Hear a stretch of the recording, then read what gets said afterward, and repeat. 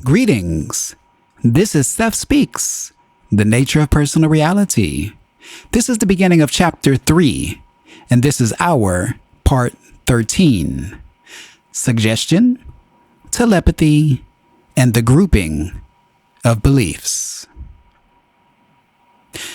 Ideas have electromagnetic reality. Beliefs are strong ideas about the nature of reality. Ideas generate emotion. Like attracts like. So similar ideas group about each other and you accept those that fit in with your particular system of ideas. The ego attempts to maintain a clear point of focus, of stability, so that it can direct the light of the conscious mind with some precision and concentrate its focus in areas of actuality that seem permanent. As mentioned in Chapter 1, the ego, while a portion of the whole self, can be defined as a psychological structure composed of characteristics belonging to the personality as a whole organized together to form a surface identity.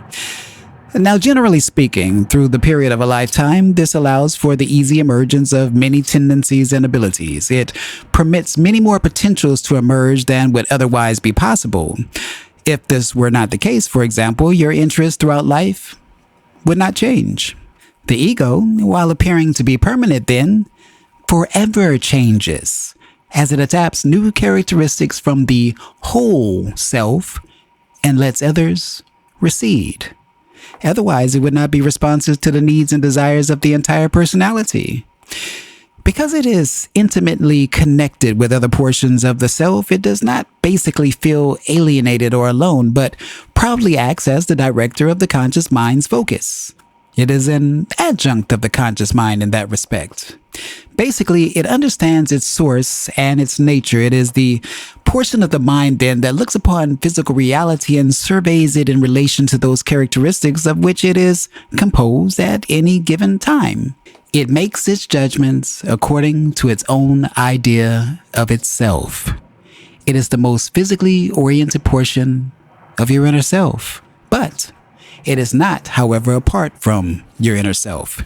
It sits on the windowsill, so to speak, between you and the exterior world. It can also look in both directions. It makes judgments about the nature of reality in relationship to its and your needs. It accepts or does not accept beliefs. It cannot shut out information from your conscious mind, however, but it can refuse to pay attention to it. This does not mean that the information becomes unconscious. It is simply thrown into a corner of your mind, unassimilated, and not organized into the parcel of beliefs upon which you are presently concentrating. It is there, if you look for it. It is not invisible, nor do you have to know exactly what you are looking for, which, of course, would make the situation nearly impossible. All you have to do is decide to examine the contents of your conscious mind, realizing that it contains treasures that you have overlooked. Another way to do this is to recognize through examination that the physical effects you meet exist as data in your conscious mind, and the information that formerly seemed unavailable will be obvious. The seemingly invisible ideas that cause your difficulties have quite obvious visible physical effects, and these will lead you automatically to the conscious area in which the initiating beliefs or ideas reside. Once more, if you become aware of your own conscious thoughts, these themselves will give you clues, for they clearly speak your beliefs. If, for example, you have scarcely enough money on which you live and you examine your thoughts, you may find yourself constantly thinking, I can never pay for this bill. I never have any luck. I'll always be poor. Or you will find yourself envying those who have more, degrading the value of money perhaps, and saying that those who have it are unhappy, or at best, spiritually poor. When you find these thoughts in yourself, you may say, and rather indignantly, but those things are all true. I am poor. I cannot meet my bills and so forth.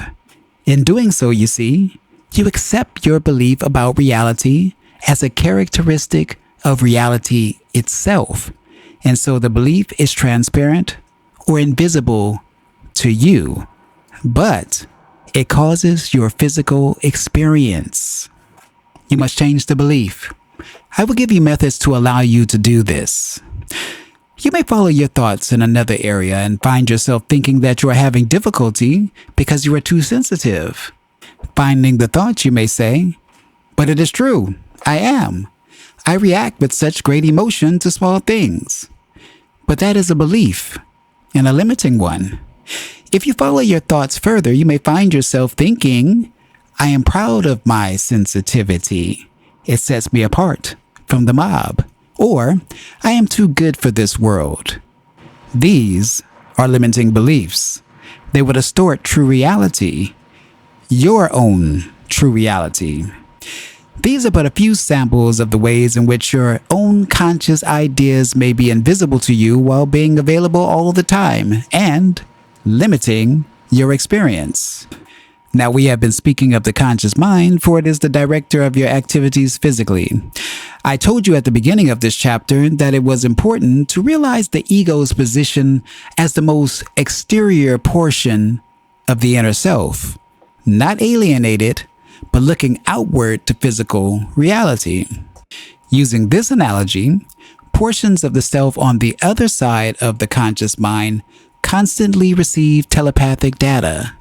Remember, there are no divisions, so the terms used are simply to make the discussion easier. The ego tries to organize all material coming into the conscious mind. For its purposes, the egos are those that have come to the surface at any given time in the self's overall encounter with physical reality. As I said, the ego cannot keep information out of the conscious mind, but it can refuse to focus directly upon it. Now, the telepathic information, using our analogy, comes through deeper portions of the self. These parts have such an amazing capacity to receive that some organization is necessary to sift the data. Some is simply not important to you. It concerns people of whom you have no other knowledge. You are a sender and a receiver. Because ideas have an electromagnetic reality, beliefs, because of their intensity, radiate strongly. Due to the organization structure of your own psychological nature, similar beliefs congregate and you will readily accept those with which you already agree. Limiting ideas therefore predispose you to accept others of a similar nature. Exuberant ideas of freedom, spontaneity, and joy automatically collect others of their kind also. There is a constant interplay between yourself and others in exchange of ideas, both telepathically and on a conscious level. This interchange follows, again, your conscious beliefs. It is fashionable in some circles to believe that you react physically to telepathically received messages despite your conscious beliefs or ideas. This is not the case. You only react to those telepathic messages that fit in with your conscious ideas about yourself and your reality. Let me add that the conscious mind is itself spontaneous. It enjoys playing with its own content, so I'm not here recommending a type of stern mental discipline in which you examine yourself at every moment. I am telling you about countering measures that you can take in areas in which you are not pleased with your experience. Do you want a break? Yes, I guess so. We will indeed then. This marks the end of Seth Speaks, The Nature of Personal Reality. This is the beginning of Chapter 3 and our Part 13. What did you think about this particular passage? Please leave it in the comments below. And don't forget to check out the summary that I prepared for this particular passage as well. As always, thank you for watching. Thank you for listening. I am Tony Victory, a wolf uncaged. Until the next time, thank you.